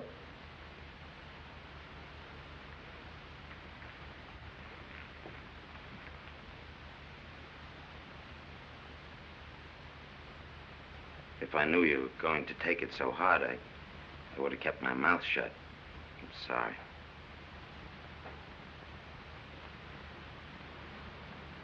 Pack my things, Walter. I'm going home. Yes, sir. You shouldn't be running away like this. What's going to happen to the estate? They can have the estate. I want to see Mr. Dawson. I've seen Mr. Deeds, and nobody's going to kick me out. Let me go. Let me go. Let me go. I want to see that guy. I want to see that guy. Let me go. I want to see that guy. Let me go. What's going I want on to see him. here? What is he? There he is. I just want to get a look at him. There you are. I just wanted to see what kind of a man you were. I just wanted to see what a man looked like that could spend thousands of dollars on a party while people around him were hungry. The Cinderella man, huh? Did you ever stop to think how many families could have been fed on the money you pay out to get on the front pages? Take it Let easy. me alone! Let him alone. You know what's good for you. You let me get this off my chest. How did you feel feeding donuts to a horse? Got a kick out of it, huh? Got a big laugh. Did you ever think of feeding donuts to human beings? No. Shall I call the police, sir? No. What do you want? Yeah, that's all that's worrying you. What do I want? A chance to feed a wife and kids. I'm a farmer. A job, that's what I want. Farmer, huh? You're a moocher, that's what you are. I wouldn't believe you or anybody else on a stack of Bibles. You're a moocher like all the rest of them around here, so get out of here. Sure, everybody's a moocher to you. A mongrel dog eating out of a garbage pail is a moocher to you. This one's doing anything. Stay where you are, young fellow! Get over there! You're about to get some more publicity, Mr. Deeds. You're about to get on the front page again. See how you're going to like it this time. See what good your money's going to do when you're 6 feet underground. You never thought of that, did you? No. All you ever thought of was pinching pennies. You money-grabbing hick. You never gave a thought to all of those starving people standing in the bread lines, not knowing where their next meal was coming from. Not able to feed their wife and kids. Not able to...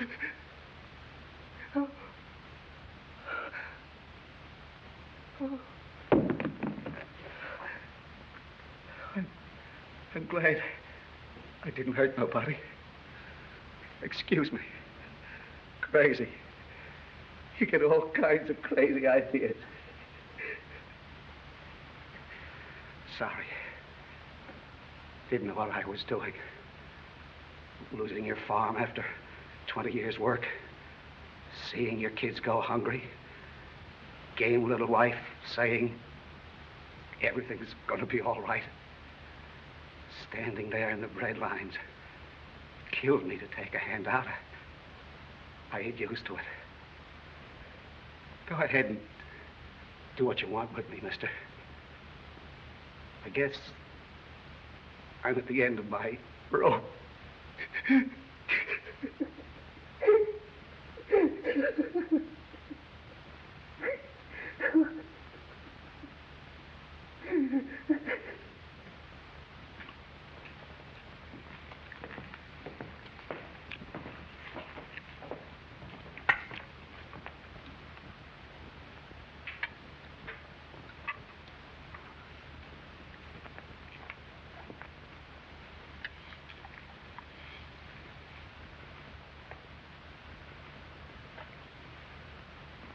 Could I take some of this home with me?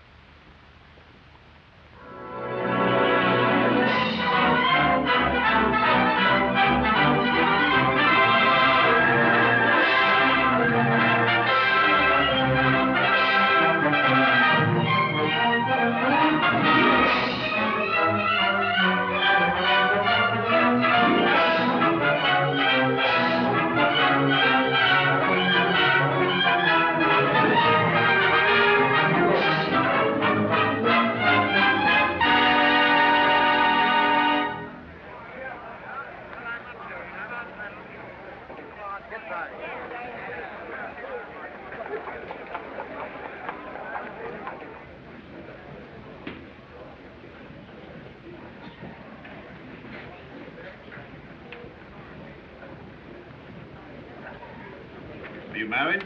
Yes, sir. Any children? No, no children. All right, Mr. Dodsworth, I think you'll qualify. Take this to that desk over there for the instructions. Thank you very much. Next, please. How many does that make? You've okayed 819. Is that all? That's all. It's going awfully slow. We need 1,100 more. Hello? Yes. Yeah. The water development seems okay. I don't like the road layout yet. Come up tonight about 10 and bring the maps. Right. Here's the order for the plows. We got a good price on them. That's fine, thanks. I'll look them over later. Mr. Deeds, my wife wanted me to tell you she prays for you every night. Well, thanks. How do you do? What is your name? George Rankin, sir. No, we're not buying any bulls. What's that? Listen, fella, bulls what I've been selling all my life. We've very little time. He's ordered me to turn everything over to him immediately. We have to work fast before he disposes of every penny. See, I told you something could be done. I knew it all the time. Sign it, dear. We may get into trouble. Oh, don't be so squeamish. There's millions involved. After all, you have your legal rights. You're his only living relative. What's it say? That's your agreement with Mr. Cedar in case we win. You see, my end is going to be rather expensive. I have a lot of important people to take care of. I have the legal machinery all set and ready to go. I've been working on nothing else for the last week. You say the word, and we'll stop this yokel dead in his tracks. Sign it. Oh, all right. Charlie, we're off. Papers all set? All set. Okay, then go to it. And Charlie, find out who wrote those newspaper articles and subpoena them right away. Okay. So what is your name? Christian Svensson. Farmer? Yes, ma'am. Where is your farm? South Dakota North. South Dakota North? South Dakota, but on the top. Oh. What about you knocking off for lunch? Not hungry. Want to get through this work in a hurry, and then I want to go home. Come on, what are you trying to do, kid? Keel over? You haven't been out of this house in 2 weeks. Well, maybe I'll have a sandwich. Do you mind waiting a few minutes? Oh, sure. If you like to have a sandwich, I can give you one, please. Thanks. Thank you. Never mind, Cobb.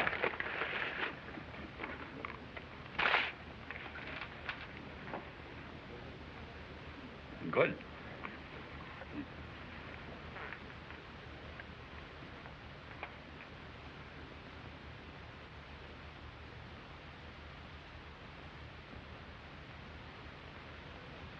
Cobb. Get lunches for the rest of them. What? There must be 2,000 of them out there. Well, that doesn't make them any less hungry. Okay, Santa Claus. 2,000 lunches.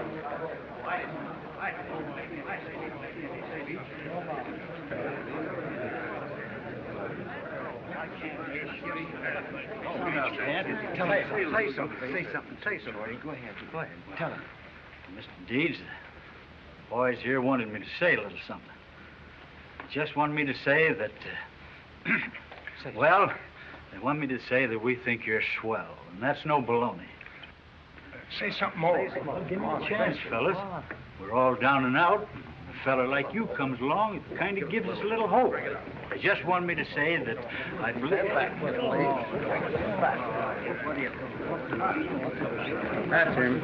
Are you Longfellow Deeds? Yes. Sheriff's office. We got a warrant to take you into custody. Oh, what? A warrant for your arrest. You'll have to come along with us. What's up? What do you monks want? I don't know nothing, buddy. All I know is the sheriff gives me an insanity warrant to execute. Insanity? Who says he's insane? The complainant is a relative of the late Martin Semple. The charges are that Mr. Deeds is insane and incapable of handling the estate. Somebody got panic-stricken about his giving his dough away, huh? Well, where do you think you're going to take him? County hospital. Of course, that's only temporary. A hearing will follow immediately. That's fine. Just because I want to give this money to people who need it, they think I'm crazy. That's marvelous. That makes everything complete. Let's get it going. Wait a minute, not so fast. We're going to get a lawyer. I'll call Cedar. No, don't bother. As a matter of fact, I'm from Mr. Cedar's office. He represents the complainant. Let's go. We're wasting a lot of time. All right, I'll go, but get your hands off me.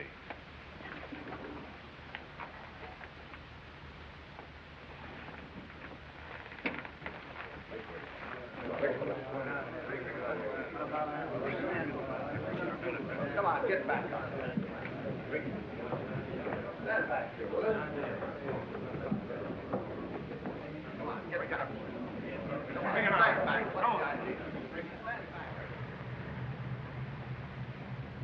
Yeah, boss, everybody in town has been here to see him.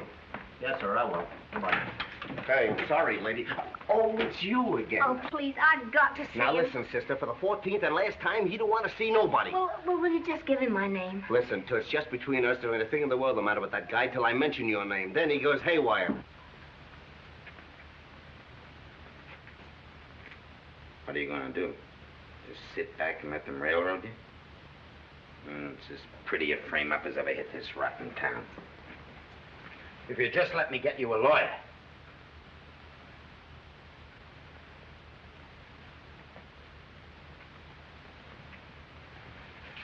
You can't walk into that courtroom without being ready to protect yourself in the clinches. Cedar's too smart. With the array of talent he's got lined up against you, you're cooked.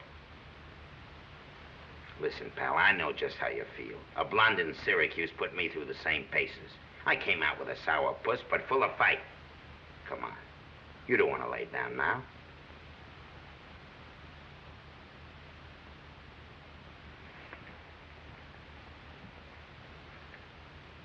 Do you realize what's happening? They're trying to prove that you're nuts. If they win the case, they'll shove you in the bug house. The moment they accused you of it, they had you half licked. You've got to fight.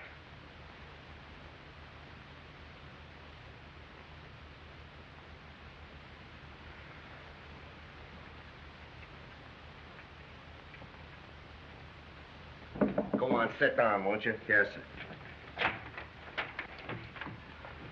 So long, Mr. Cobb. Corny, listen, I've got to see him. I've got to talk to him. Haven't you done enough damage already? Somebody's got to help him. He hasn't a chance against Cedar. Look, I've been all over town talking to everybody. I've got Mac all lined up and the papers behind him. I can get him Livingston, too. With a lawyer like Livingston, he's got a fighting chance. You're wasting your time. He doesn't want any lawyers. He's sunk so low, he doesn't want help from anybody. You can take a bow for that. A sweller guy has ever hit this town, and you crucified him for a couple of stinking headlines. You've done your bit. Now stay out of his way.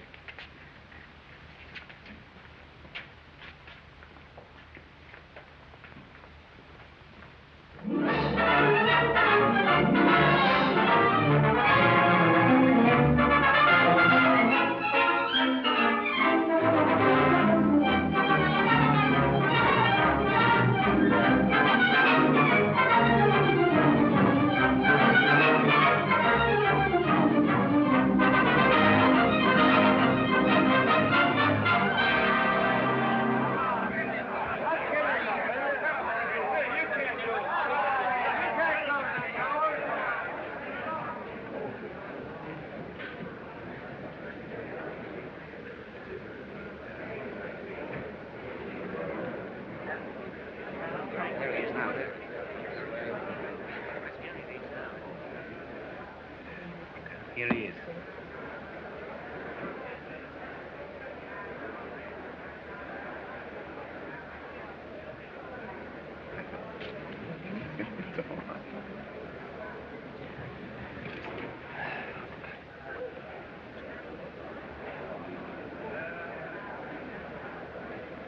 Cedar just sent for me. Wants to make a settlement. Here's your chance to get out of the whole mess. What do you say?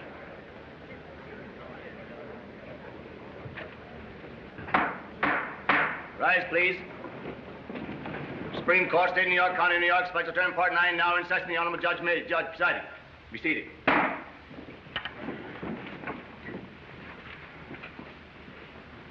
The court wishes to warn those present it will tolerate no disturbances. Regarding the Senate hearing of Longfellow Deeds. You represented by counsel, Mr. Deeds? No counsel to me? Okay. I understand you have no counsel, Mr. Deeds. In fact, that you have no intention of defending any of these charges. Now, if you wish to change your mind, the hearing can be postponed.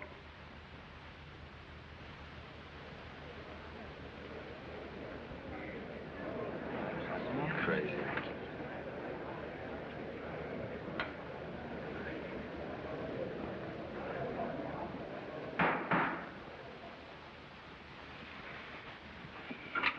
Proceed.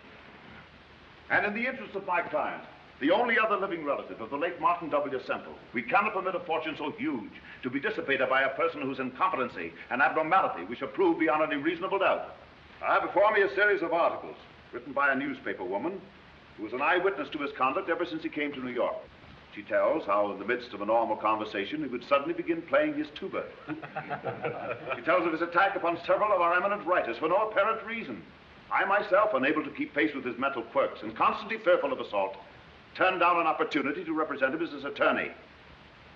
This newspaper woman, whom we have subpoenaed to testify, tells how we held up traffic for an hour feeding donuts to a poor horse. We have photographs to substantiate this little episode. Another photograph showing Mr. Deeds jumping aboard a fire engine.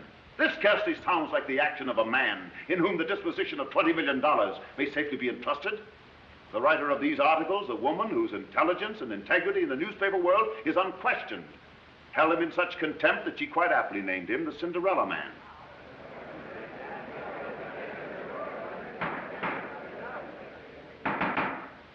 We have witnesses here from Mandrake Falls, his own hometown, who will tell of his conduct throughout his lifetime, proving that his derangement is neither a recent nor a temporary one. We have others who will tell of his unusual behavior when he invited the great leaders of the musical world to his home and then proceeded to forcibly eject them. I hope you can explain that. Only recently, when he was in the county hospital for observation, he not only refused to be examined by these gentlemen, the state psychiatrists, but he actually made a violent attack upon them. In these times, with the country incapacitated by economic ailments and endangered with an undercurrent of social unrest, the promulgation of such a weird, fantastic, and impractical plan as contemplated by the defendant is capable of fomenting a disturbance from which the country may not soon recover. It is our duty to stop it.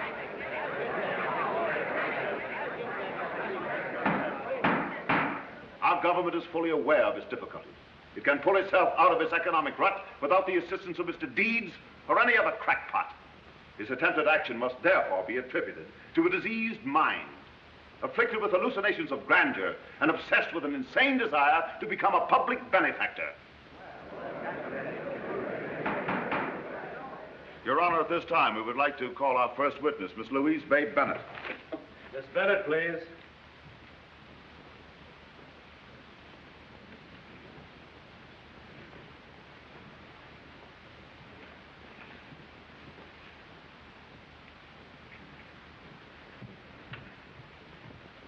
Raise your right hand, please.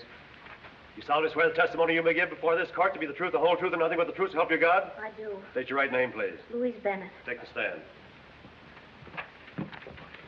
Miss Bennett, are you employed by the morning mail? I must ask you to direct your attention to me. Your Honor, this is ridiculous. Please answer the question. The whole hearing's ridiculous. That man's no more insane than you are. Outrageous. It's obviously a frame-up.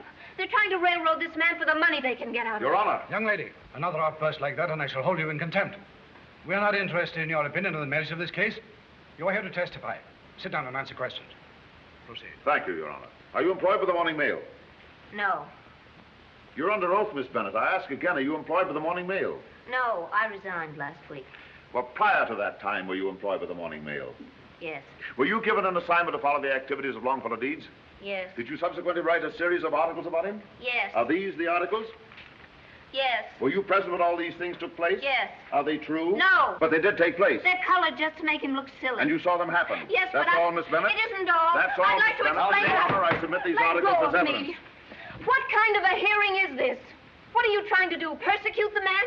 He's not defending himself. Somebody's got to do it. Miss Bennett, please. I've got a right to be heard. I've attended dozens of cases like this. They're usually conducted without any formality at all. Anybody can be heard. My opinion's as good as these quack psychiatrists. I know him better than they do. Miss Bennett, if you have quite finished, I should like to inform you that one more utterance from you and I shall place you under arrest. I'm willing to hear anything anyone has to say, but I insist upon it being done in an orderly fashion. When you have learned to show some respect for this court, you may return. Until then, you'd better go back to your seat and calm down. This way, miss.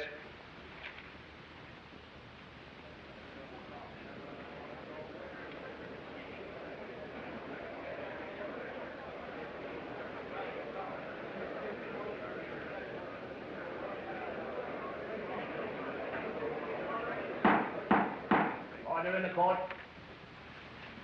Mr. Deeds, have you anything to say in defense of these articles?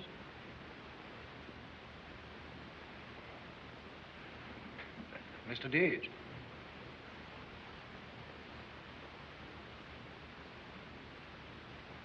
Mark these Exhibit A for the plaintiff. Yes, Your Honor. Proceed. They're rather timid, Your Honor, and wish to be together. If the court pleases, I'll only have one testify. Yes, let's get on with it. What is your name, please? Jane Faulkner. This is my sister, Amy. Yes, Amy. Well, I'll direct my questions to you, Miss Jane. You may answer for both. Do you know the defendant, Mr. Longfellow Deeds?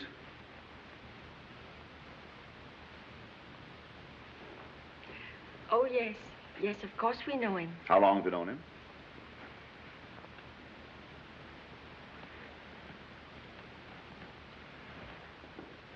Since he was born. Yes, Elsie Taggart was the midwife. He was a 7 months baby. Thank you. That's fine. Do you see him very often?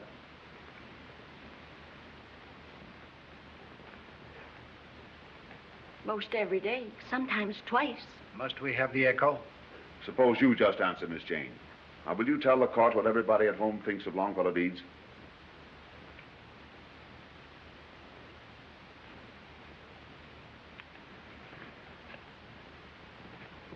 They think he's pixelated. Oh, yes, pixelated.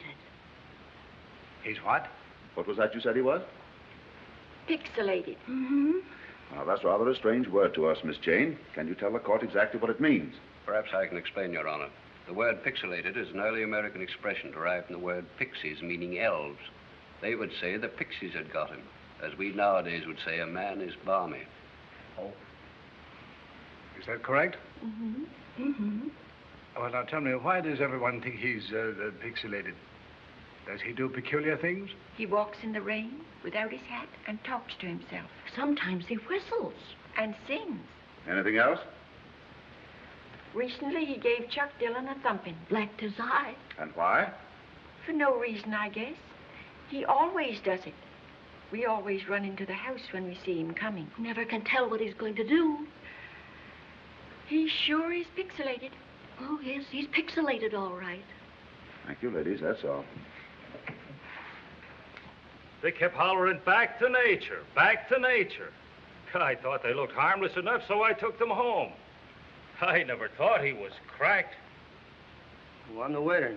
He kept pressing me to point out the celebrities. And so help me hell, I'm coming out of the kitchen a couple of minutes later, and there he is mopping up the floors with him. I never figured he was the guy that was looking for trouble.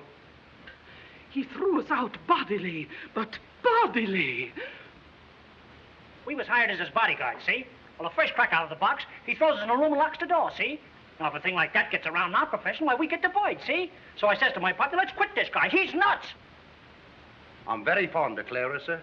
She's a nice horse. And when this bloke here started feeding her donuts, I yelled down to him, mind what you're doing down there. Mind what you're doing. Of course, I wouldn't mind, sir. But Clara won't eat nothing but donuts now. And now, Your Honor, if the court pleases, I shall call upon Dr. Emil van Haller, if he will be good enough to give us his opinion. Dr. van Haller, as you know, is the eminent Austrian psychiatrist, probably the greatest authority in the subject in the world. At present, he's in this country on a lecture tour and has graciously volunteered his services. Dr. van Haller. Dr. Van Haller. You solemnly swear testimony you may give in the cause now pending before this court shall be the truth, the whole truth, and nothing but the truth, so help you God? State your right name, please. Emil van Haller. Take a stand. Now, Dr. van Haller, would you kindly tell the court what your opinion is of this case? This is purely a case of manic depressive. In cases of this kind, patients sometimes go on for years before being detected. You remember, Dr. Fosdick, in my last book, there were some very fine examples. Especially the one of the young nobleman, you remember? Oh, yes, of course, Dr. Van Haller. Very interesting. Reminds me very much of this one, Mr. Mark. Yeah? It takes so long to detect them because their mood changes so often and so quickly. Now, Your Honor, may I show you? May I use the chart? By all means.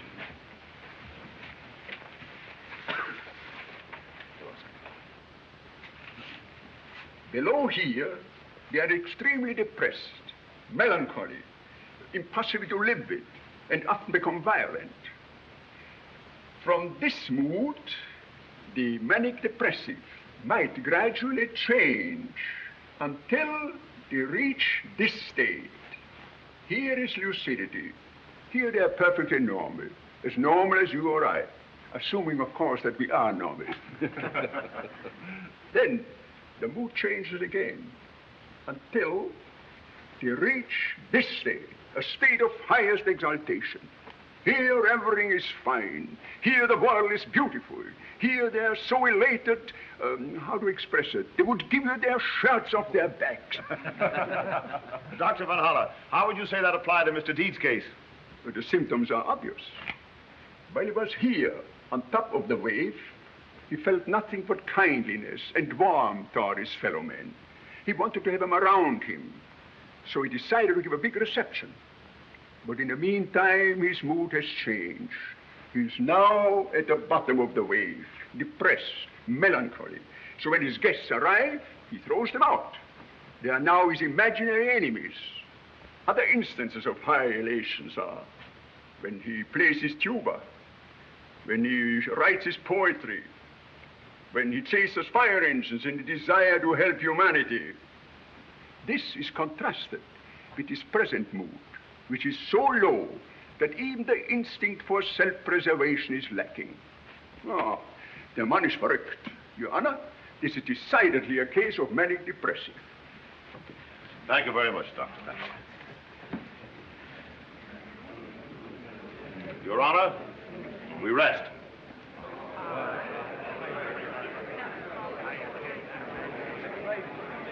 Come on, what are you going to do? Let him get away with it? They got you cooked.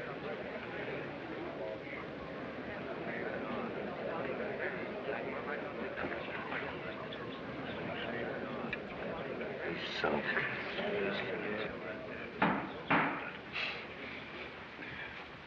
Mr. Deeds, before the court arrives at a decision, isn't there anything you wish to say?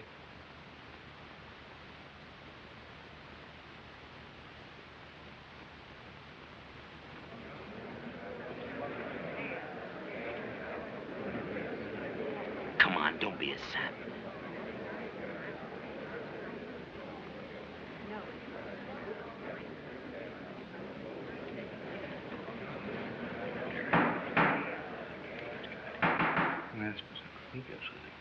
You both can come.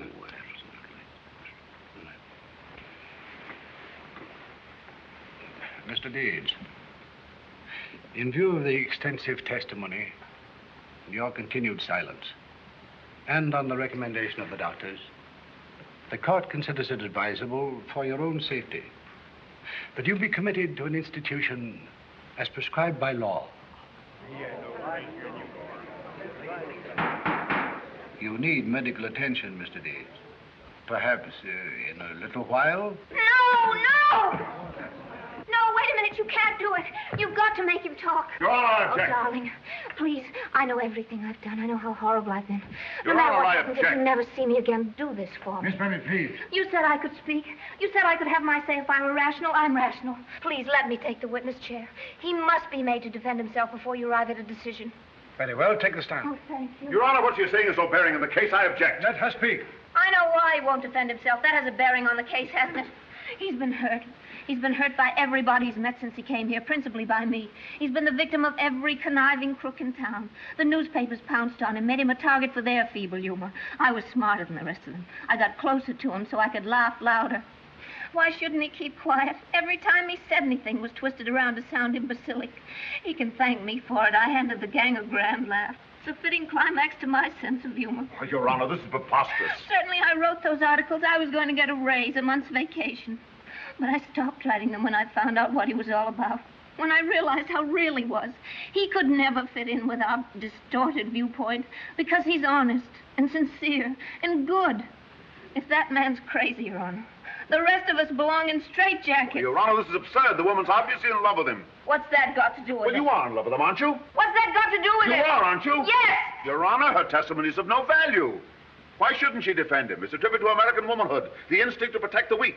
I'm not saying that nobody likes the boy. I cherish a fond affection for him myself, but that doesn't mean to say. When the windbag here gets through, Your Honor, I'd like to verify what Miss Bennett said. I'm her editor. When she quit her job, she told me what a swell fellow this man was. And anything Babe Bennett says is okay with me. If you have anything to say, you will take the stand. I've already said it, Your Honor. I just thought I'd like to get my 2 cents in. Don't be a sucker, pal. Stand up and speak your piece. Your Honor, I've got a couple of cents I'd like to put in. Sit down. I've been with this man ever since he came to New York. Sit down. There will be no further interruptions. How about us, Mr. Deeds? Yes, what about us, Mr. Deeds? Order in the court. You're not going to leave us out in the cold. They're trying to frame you, Mr. Deeds.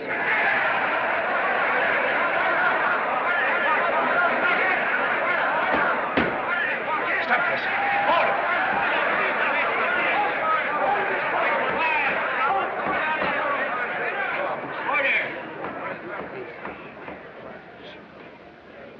In the interest of Mr. Deeds, I have tolerated a great deal of informality. But if there is one more outburst, I shall have the courtroom cleared. Your Honor. Yes? I'd like to get in my 2 cents worth. Take the stand.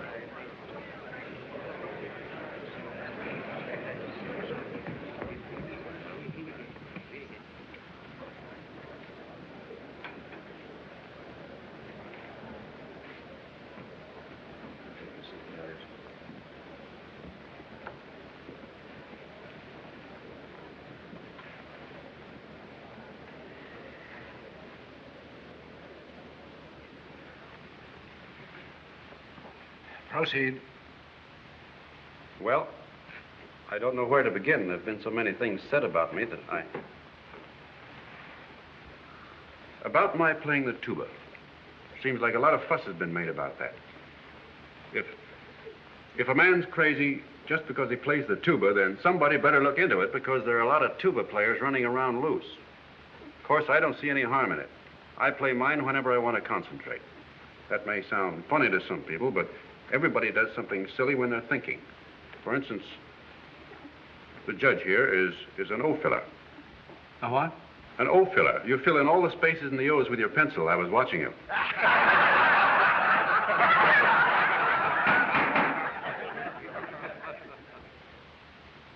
That may make you look a little crazy, Your Honor, just sitting around filling in O's, but I don't see anything wrong because that helps you think. Other people are doodlers. Doodlers? Yeah, that's a name we made up back home for people who make foolish designs on paper when they're thinking. It's called doodling. Almost everybody's a doodler. Did you ever see a scratch pad in a telephone booth?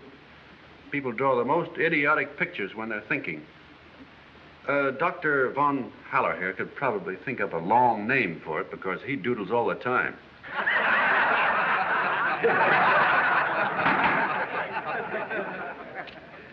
Thank you. This is a piece of paper he was scribbling on. I can't figure it out. 1 minute it looks like a chimpanzee, and the next minute it looks like a picture of Mr. Cedar.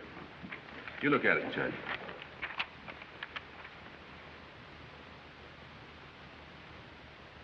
Exhibit A for the defense.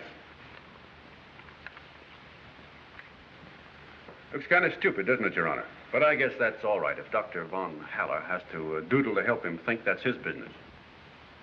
Everybody does something different. Some people are ear pullers. Some are nail biters. That Mr. Semple over there is a nose twitcher.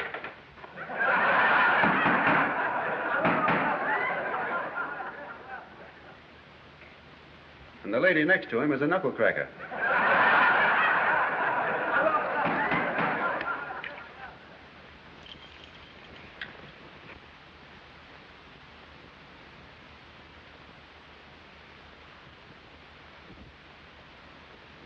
So you see, everybody does silly things to help them think. Well, I play the tuba.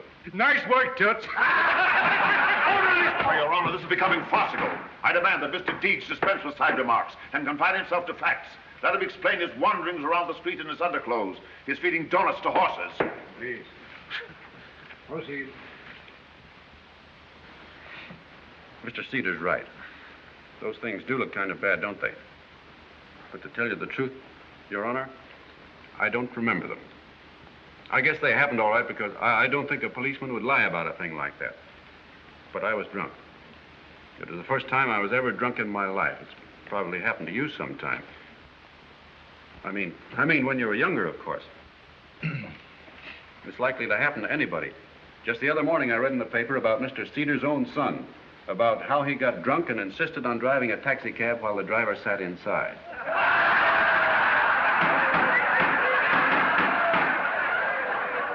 Isn't that so, Mr. Cedar? Isn't that so, Mr. Cedar? Your Honor, I object. Proceed. Now, now about the Faulkner sisters. That's kind of funny. I mean about Mr. Cedar going all the way to Mandrake Falls to bring them here. Do you mind if I talk to them? Not at all. Jane, who owns the house you live in?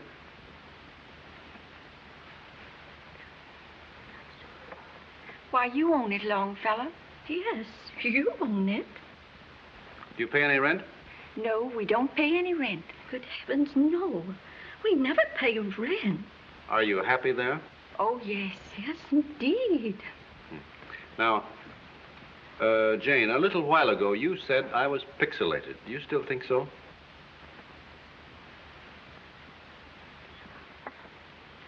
Why, you've always been pixelated, Longfellow. Always? That's fine. I guess maybe I am. Now tell me something, Jane. Who else in Mandrake Falls is pixelated? Why, everybody in Mandrake Falls is pixelated, except us.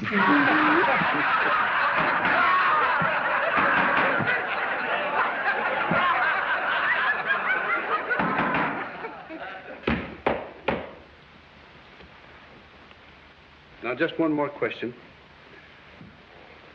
You see the judge here. He's a nice man, isn't he? Mm-hmm. Mm-hmm. Do you think he's pixelated? Oh, yes. Yes, indeed.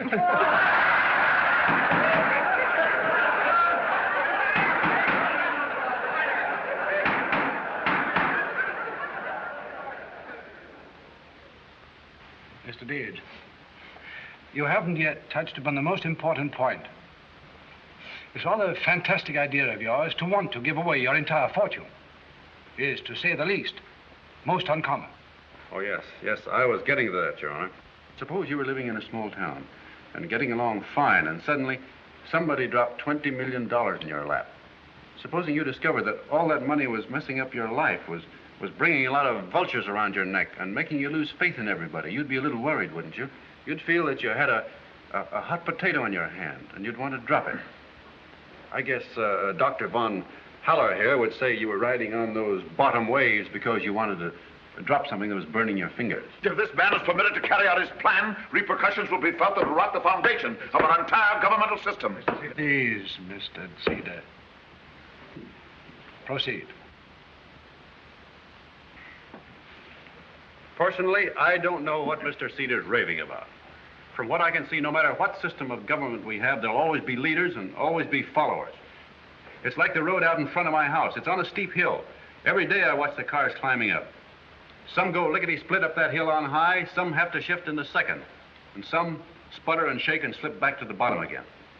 Same cars, same gasoline, yet some make it and some don't. And I say, the fellows who can make the hill on high should stop once in a while and help those who can't. That's all I'm trying to do with this money, help the fellows who can't make the hill on high. What does Mr. Cedar expect me to do with it? Give it to him and a lot of other people who don't need it? If you don't mind, Your Honor, I'll ride on those top waves for a minute. Hey, all you fellas up there. All those who applied for a farm, stand up. See all those fellas? They're the ones I'm trying to help. They need it. Mr. Cedar and that Mr. Semple don't need anything. They've got plenty.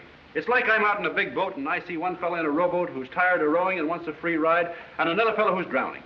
Who would you expect me to rescue? Mr. Cedar, who's just tired of rowing and wants a free ride, or those men out there who are drowning? Any 10-year-old child will give you the answer to that. All right, fellas, thank you. Sit down. Now, my plan was very simple. I was going to give each family 10 acres, a horse, a cow, and some seed, and if they work the farm for 3 years, it's theirs. Now, if that's crazy, maybe I ought to be sent to an institution. But I don't think it is, and what's more, Mr. Cedar doesn't either. Just before the hearing started, he offered to call the whole thing off if I made a settlement with him. So you see, he wouldn't think I was crazy if he got paid off. It's a lie. Mr. Deeds is drawing in his warped imagination. I never heard anything so colossally stupid in my life. It's an insult to our intelligence to sit here and listen to the childish ravings. Will please permit Mr. Deeds to finish? But, Your Honor. Cedar. Anything else, Mr. Deeds? No. Yes. There's just one more thing I'd like to get off my chest before I finish. Proceed. Thank you, Your Honor.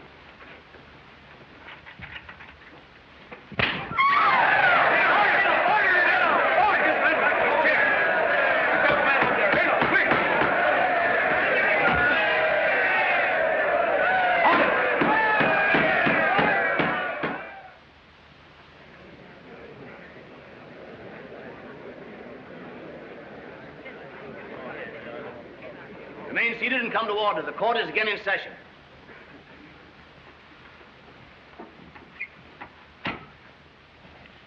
Before the court announces its decision, I want to warn all who are here that the police have orders to arrest anyone creating a disturbance.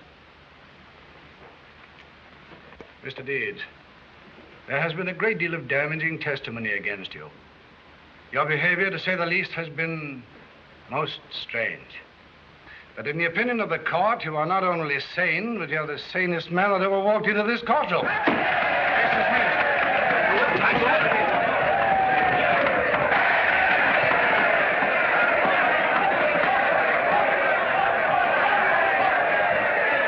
You nose twitcher. I knew it. I knew it. You.